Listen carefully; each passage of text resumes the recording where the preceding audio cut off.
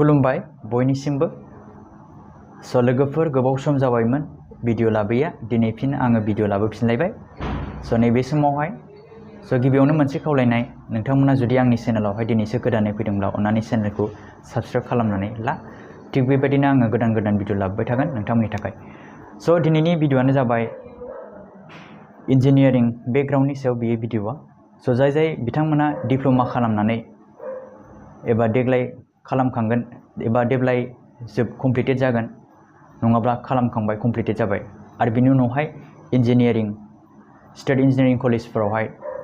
जे बिथांमोना एडमिशन लानो नागिरदों बिथांमोननि थाखाय नैबे भिडिअआ स' लोगोफोर लेटारेल एन्ट्रि होननानै जों जायखौ बुंनाय जायो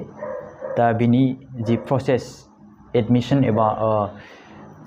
माने एडमिशन मोननायनि जि प्रसेस बिनि सिगां एन्ट्रेन्स जि जायो बे प्रसेसा जोंहा स्टार्ट जाबाय दा बिनि सायावनो आं भिडिअखौ गासैखौबो डिटेल्स नोंथांमोननो फोरमायहरगोन जाय बिथांमोना डिप्ल'मा खालामगासिनो दङ एबा देग्लाय जोबगोन लास्ट सेमिस्टार एग्जाम होगोन एबा पास जाखांबाय बिथांमोननि थाखाय बियो एलिजिबल जागोन स' बिनि थाखाय जि एग्जाम होनांगौ जायो बिथांमोना डाइरेक्ट थार्ड सेमिस्टारावनो एडमिशन लाफैनो मोनगोन स' जाय बिथांमोना फरायगासिनो दं बिथांमोना अलरेडि मिथिखायो स' होमब्लाबो आं बुंबाय स' बिनि थाखाय JLEE बयबो गोबाङानो मिथिखायो बेखौहाय joint lateral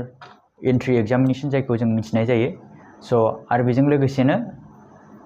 joint MCA entrance examination JMEE बेबो जोंहा प्रसेसा स्टार्ट जाबाय दा लोगोफोर बिनि प्रसेसफोरखौ आं खिन्थालांनो नागिरदों स' गिबियावनो आं फोरमायग्रोगोन साबमिशन अफ अनलाइन एप्लिकेशन बे जोंहा 11 मे 2026 टु 19 मे 2026 बिनि गेजेरावहाय एप्लिकेशन साबमिशन फर्मा जोंहा जागोन बिनि उनावहाय एडमिट कार्डआ अनलाइननि गेजेरजों नोंथांमोना मोनगोन 17 जुनावहाय 17 जुननि उनावबा 17 जुनावहाय मोनगोन आरो नोंथांमोना 17 जुननि उनावहाय बिनिफ्राय डेट अफ टाइमिं अफ एग्जामिनेशन दा बे एन्ट्रेन्सनि एग्जामिनेशना जोंहा 21 थारमाने 21 जुनावहाय जोंहा जागोन सानडे टाइमिंखौबो होदों बिथांमोना 11 AM टु 2 PM बिनि गेजेरावहाय बे एग्जामा जागोन बेनिफ्राय डिक्लारेशन अफ रिजाल्ट 15 डेजनि उनावनो बेनि रिजाल्टखौ बिथांमोना फोसावगोन होननानै बिथांमोना फोरमायना होदों आरो बे नटिफिकेशन बायदिबा आसटुआ बेखौ फोसावदों आसटु माने Assam science and technology university बे थांबाय दानिया जोंहा साबजेक्ट JLEE नि थाखाय जोंहा मा साबजेक्ट्स फैगोन बेखौ गोबाङा सोरबाया मिथियाबो जानो हागौ एबा मिथिखायोबो जानो हागौ अब्लाबो आं फोरमायनोसै जोंहा मेथमेटिक्सआ थागोन 30टा कुइसन्स बेनिफ्राय बेसिक कम्पिउटार साइन्सआ थागोन जोंहा 10 कुइसन्स इन्जिनियारिं ग्राफिक्सआ जोंहा 10 कुइसन्स ब्रान्च अफ इन्जिनियारिं 50 कुइसन्स थागोन थारमाने नोङो जुदि सिभिल बा सिभिलनि साबजेक्टनि सायावहाय जोंहा 50टा कुइसन फैगोन नोंहा मेकानिकेल बा मेकानिकेलनि सायावहाय 50टा कुइसन्स फैगोन दा बेफोरबायदि फैगोन आरो बिनि उनावहाय जोंहा थांनोसै दानिया JMEE खौबो आं बुंनो होखानोसै JMEE आवबो जोंहा मेथमेटिक्सआ थागोन 30 कुइसन्स बेनिफ्राय रिजनिंआव थागोन जोंहा 30 कुइसन्स इंलिशआव थागोन 20 कुइसन्स आरो फान्डामेन्टेल अफ कम्पिउटाराव थागोन जोंहा 20 कुइसन्स दा बेबायदि आरो बेनिफ्राय बेयाव बिथांमोना मोनसे लिरना होदों नै mark will be awarded for every right answer and 1 mark will be deducted for every wrong answer थारमाने मोनसे कुइसन्सनि राइट आन्सार होनो हायोब्ला नोंथाङा 4 मार्क्स मोनगोन आरो नोंथाङा जुदि रं आन्सार होयोब्ला बिनिफ्राय 1 माइनाससो खालामनाय जागोन बेनिखायनो आंनि मोनसे खावलायनाय नोंथांमोना हाथारोब्लासो नोंथांमोना बिनि सायावहाय एन्सारखौ हो आरो जुदि हायाब्ला ओरैनो माइनास खालामनानै लानो नाङा जिहेतु मानो होनब्ला दानि समावहाय गोबां पार्टिसिपेट माने बादायलायनाय जाबाय जिहेतु मानो होनबा मोननो नागिरला गोबांथार स्टुडेन्टसफ्रा बे एग्जामखौ होयो आरो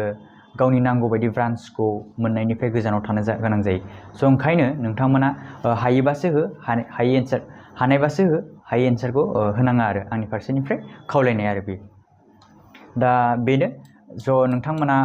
बेनि थाखाय बबेहाय एप्लाइ खालामनांगोन बेफोरखौबो सोंनो हागौ नोंथांमोना बेनि थाखाय नोंथांमोना astu.ac एबा astu होननानै सार्च खालामबाबो बेवहाय लिंकखौ मोनगोन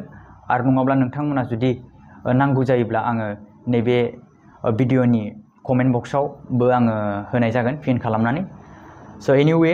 स' आसा खालामो नोंथांमोना नैबे भिडिअनि गेजेरजों एसेबाबो इनफरमेसन मोनबाय होननानै स' लोगोफोर बेनोमोन जाय बिथांमोना लेटारेल एबा एडमिशन लानो होननानै बिटेक थार्ड सेमिस्टारावहाय एडमिसन लानो होननानै नेनानै दंमोन, डिप्ल'मा खालामगासिनो दंमोन, नोंथांमोननि थाखाय नैबे भिडिअ'आ। स' लोगोफोर आसा खालामो नोंथांमोना भिडिअ'खौ नायनानै मोजां मोनबाय होननानै। स' भिडिअ'खौ मोजां मोनोब्ला अननानै लाइक शेयार खालामनानै गालांदो आरो लोगोसे लोगोफोरनोबो शेयार खालामनानै होदो।